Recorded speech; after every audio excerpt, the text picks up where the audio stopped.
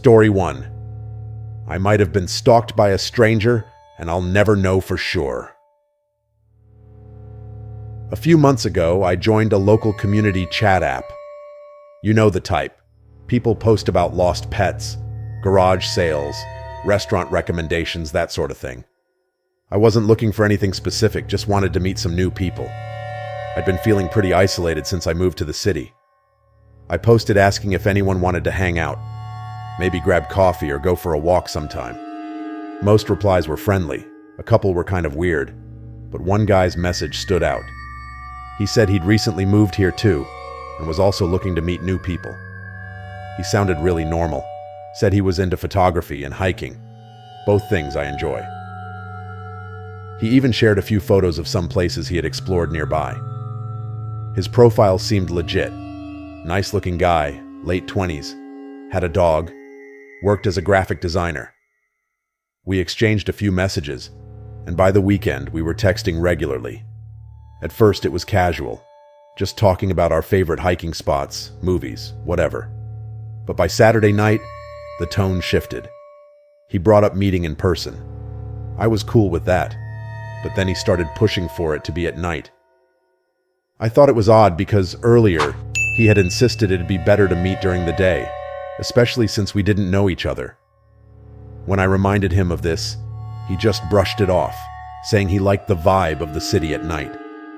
His sudden shift felt off. Then came the personal stuff.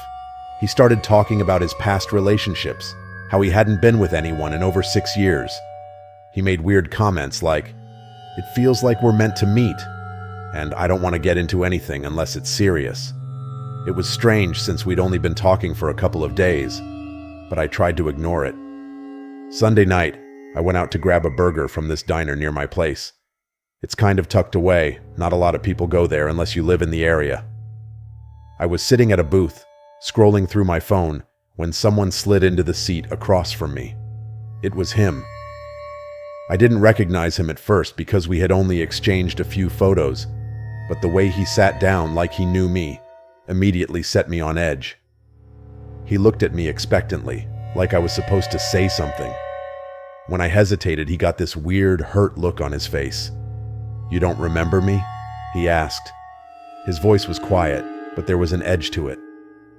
"Wait, are you the guy from the app?" I asked, still trying to piece it together. He nodded, but something was off. I couldn't put my finger on it, but he seemed, different.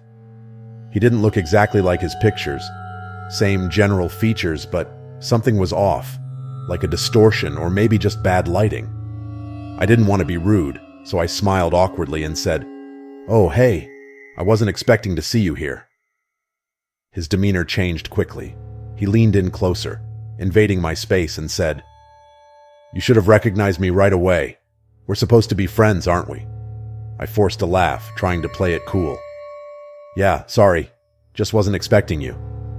That's when things took a turn. He started rambling about his job, how he had actually just quit, how he didn't have a place to stay, how he needed to crash somewhere for a few days. My unease grew as he kept talking, his voice getting faster and more agitated. He slipped in random comments about drugs, knives, and some messed up things he'd had to do in the past.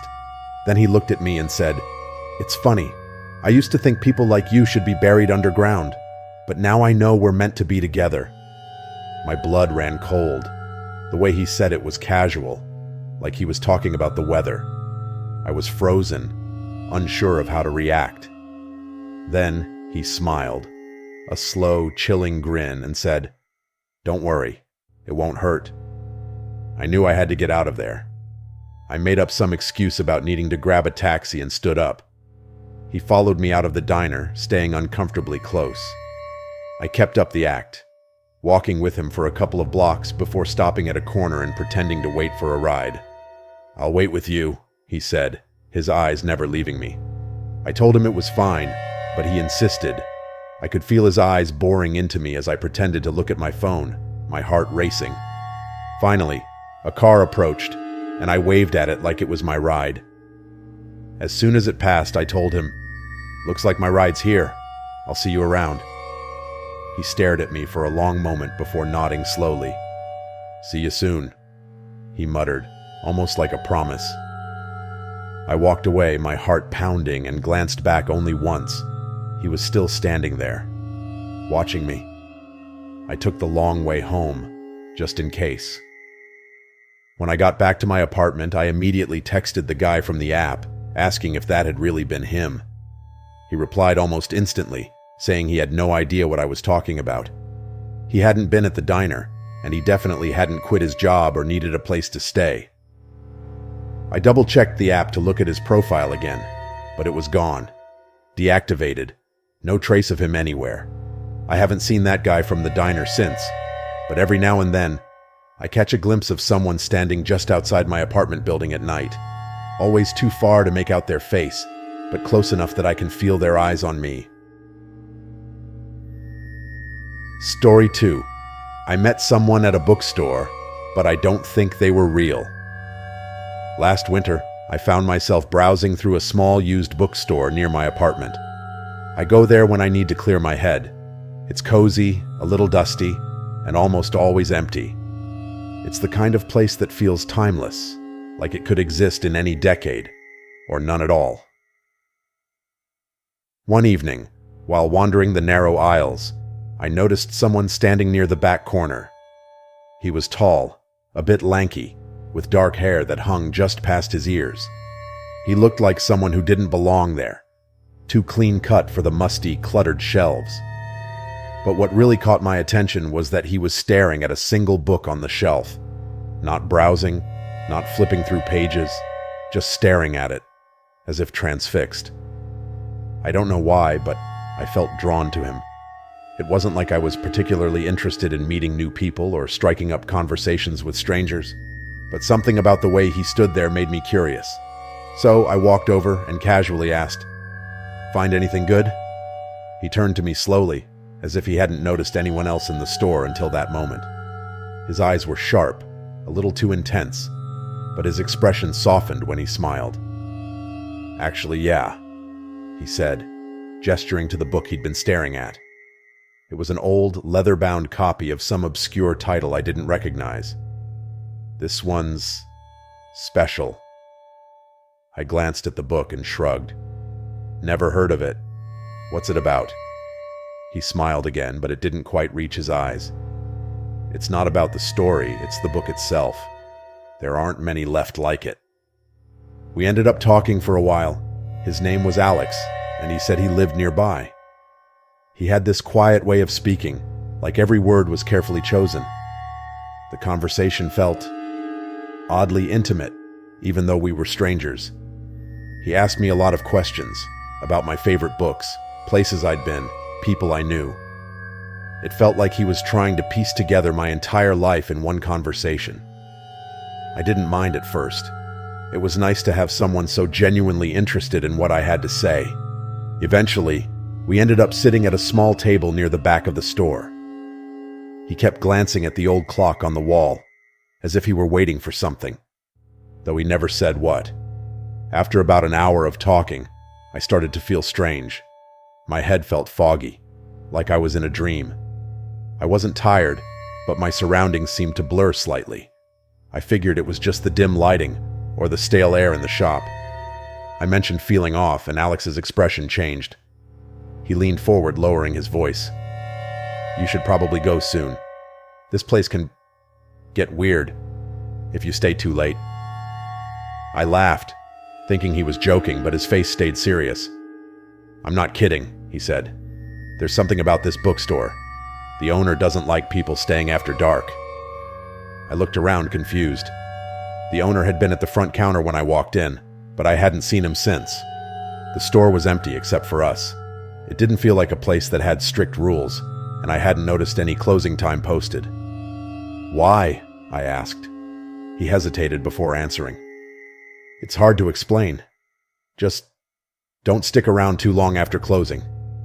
At that point, I checked the time on my phone. It was already after 8 p.m., and the store was supposed to close at 7. I hadn't even noticed how long we'd been talking. When I pointed this out, Alex's expression darkened. "You should leave," he said firmly. Feeling a bit spooked, I stood up to go, but I couldn't help asking, "Aren't you leaving too?" He shook his head. "I'll catch up later. I have something to take care of." I didn't argue. I grabbed my coat and left the store, the bell above the door jingling as I stepped into the cold night. I glanced back through the window, and Alex was still sitting there, staring at that same book. The next day, curiosity got the better of me. I went back to the bookstore, hoping to run into Alex again. But when I got there, something was off. The shelves were the same, the musty smell was the same, but the store felt different, colder, quieter. The owner, an older man with a perpetually grumpy expression, was at the counter. I asked him about Alex, describing the guy I'd met. The owner gave me a strange look and shook his head. "Nobody like that comes in here," he said flatly. I pressed him, describing the exact spot where Alex and I had been sitting, the book we had talked about. The old man's face darkened when I mentioned the book. He shuffled from behind the counter and walked over to the shelf where Alex had been standing. The book was gone. "You sure you saw this guy?" the owner asked, his voice low and gruff. "No one's touched that book in years." I nodded, feeling a knot form in my stomach. I had definitely seen Alex, definitely talked to him. But the more I tried to recall the details, the fuzzier everything became. His face, his voice, it all seemed to blur in my memory. The owner shook his head, muttering something under his breath. He wouldn't answer any more of my questions and quickly ushered me out of the store. I haven't been back to that bookstore since. I tried searching for Alex online, but nothing came up. It's like he never existed. But sometimes, late at night, I think about that strange, foggy conversation and how real it felt at the time. I can't shake the feeling that if I hadn't left when I did, I might still be there, sitting in that dimly lit corner, lost in conversation with someone, or something, that wasn't quite human. Story 3. The mirror in my Airbnb showed something I wasn't supposed to see. Last summer, I booked an Airbnb in a small town upstate for a weekend getaway. I wanted some peace and quiet, a break from the constant buzz of the city. The listing was for a charming old house, kind of rustic but comfortable, and it looked perfect in the photos. The host had stellar reviews. People loved the place, especially its old-world charm. I arrived late Friday evening. The house was just as it looked in the photos. Quaint, cozy, with vintage furniture and creaky wooden floors. Everything felt inviting except for one thing, the massive old mirror in the hallway. It was one of those antique mirrors with an ornate frame, the kind that seems like it belongs in a museum rather than someone's home. The glass was foggy with little black spots from age, but it gave me an odd feeling from the moment I saw it. It was almost too large, taking up most of the wall, as if it had been placed there deliberately to catch everything that happened in the house. But I brushed it off as my imagination. I was there to relax, after all. I unpacked, made some tea, and settled into the cozy living room with a book. The house was quiet, a little too quiet, but that's what I had wanted. No noise, no distractions. That first night, I went to bed early. As I was drifting off, I kept hearing creaking sounds from the hallway, like someone was walking back and forth. The house was old, so I figured it was just settling. Still, it unnerved me a little. I got up to check just in case. When I stepped into the hallway, the air felt colder than it had before. I glanced at the mirror, its foggy surface reflecting the dim light from my bedroom. For a split second, I thought I saw movement in the reflection, a shadow passing behind me. I turned around quickly, but no one was there, just the empty hallway stretching behind me. I stared at the mirror for a moment longer, trying to convince myself that it was just my eyes playing tricks on me. But something about it felt off, like it was too still, too quiet, like it was watching me. I shook the feeling off and went back to bed. The next day was normal enough. I spent it exploring the town, hiking, and reading by the fireplace. I barely thought about the mirror. But that night, things got worse. Around midnight, I woke up with the overwhelming feeling that someone was watching me. I lay still for a minute, listening, but the house was silent. I turned on the bedside lamp and looked around my room. Nothing. Just my bag, my clothes, everything where it should be. But the feeling wouldn't go away. I decided to check the hallway again. When I opened the door, the air was even colder than the night before. I looked at the mirror, and my heart nearly stopped. There was a figure standing in the reflection. It was hazy, like looking through a fogged-up window, but I could clearly see the outline of a person, a tall figure standing completely still behind me in the reflection. My breath caught in my throat. I whipped around, but the hallway was empty. I turned back to the mirror, and the figure was still there. It wasn't moving, just standing, as if it were part of the mirror itself. My mind raced. Was I dreaming? Hallucinating? I took a step back into my room, my eyes never leaving the figure in the mirror. Suddenly, the figure twitched. It didn't move like a normal person. Its body jerked in strange, unnatural angles, its head tilting slightly, as if trying to get a better look at me. My chest tightened with panic. I wanted to scream, but no sound came out. I slammed my bedroom door shut and locked it, my heart racing. I spent the rest of the night sitting on the edge of the bed, too terrified to sleep, listening for any sign of movement outside. But the house was deathly quiet. The next morning, I decided I couldn't stay there another night. I packed my things in record time and left the house without even bothering to tell the host. I didn't care if I lost the money for the weekend. I just needed to get out of there. A few days after I got home, I decided to check the reviews for the house again. I wanted to see if anyone else had mentioned anything weird about the mirror. Most reviews were the same as before, glowing, full of praise for the cozy atmosphere and peaceful setting. But there was one new review, posted just a few days after I left. It was from someone who had stayed there a couple of weeks before me. It mentioned the mirror. The person wrote about seeing strange things in the reflection, shadows that didn't match anything in the house, figures that seemed to watch them at night. They, too, had left early, shaken by whatever they had experienced. They ended their review with a warning. Don't look into the mirror for too long. It's not showing you what's really there. It's showing you what it wants you to see. I've never been back to that town. I never contacted the host, never left a review.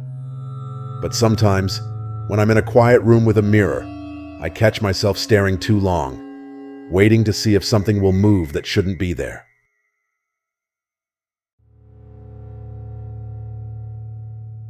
Thank you all for listening to my stories. If you enjoyed them, please like, share, and subscribe to the channel so you don't miss any future videos.